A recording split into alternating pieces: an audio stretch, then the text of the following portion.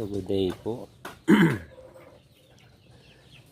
Pakain po tayong hapunan sa ating mga alaga. Yung backyard, ito lang ang space natin dito. So, maliit lang. So andito tayo sa diet.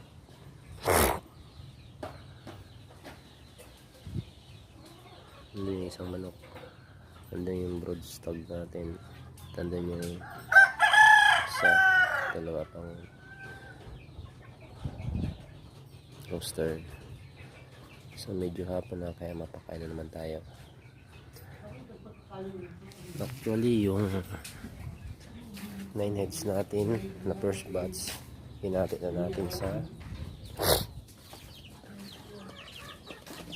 nagkunin na natin dito yung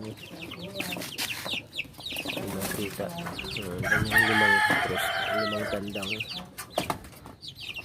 nilipat na natin dyan kasi nagtutupa sila doon sa mali doon sa broodpen nila. So nilipat natin sa malaki-laki. So isang buwan na po ito kaya pinalitan na natin ng bahog. Dati bubustag sila ngayon.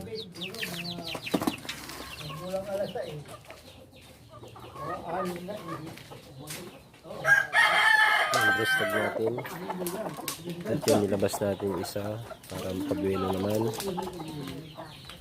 yun isa pa andun yung white hats natin at Gilmore hats na inahin. So nagsusunod si Diana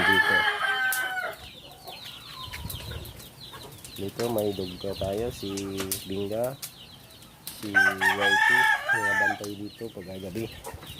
Pasok tayo dito sa broodpen, holding pen, at mabawag tayo.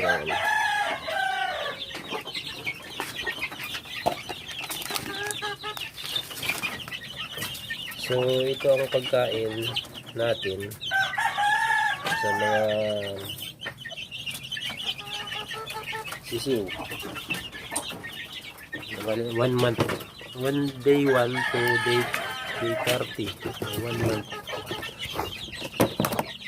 Tapos so 50 pesos yan dito sa diet. Iwan ko sa lugar ninyo kung magkano yan.